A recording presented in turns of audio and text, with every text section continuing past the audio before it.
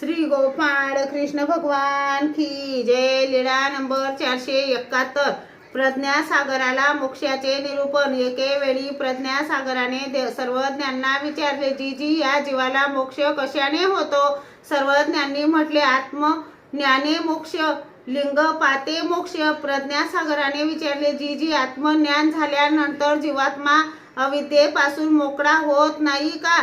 सर्वज्ञांनी म्हटले, आत्मज्ञान झाल्यानंतर पदार्थ उपभोगाच्या वासनेपासून परावृत्त होतो, परंतु अविद्येपासून सुटत नाही। जेव्हा परमेश्वर अविद्या नासतात तेव्हा जीवाला मुक्ती मिळत असते, म्हणून लिंग पाते मोक्ष। यावर सर्वज्ञांनी जवनिकेचा दृष्टांत निरूपण केला।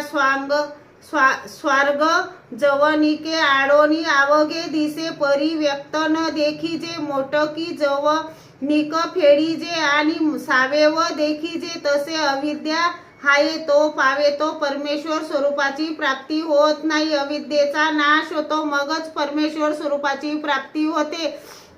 यावर प्रज्ञासागराने म्हटले, जी आत्मज्ञान झाल्यानंतर सगळे जीव पदार्थ उपभोगाच्या इच्छेपासून परावृत्त होतात, असे तर मुळीच नाही। तर एक होतो तर एक होत नाही। सर्वज्ञांनी म्हटले, स्वभाव प्रकटे ते जीव मुंचे।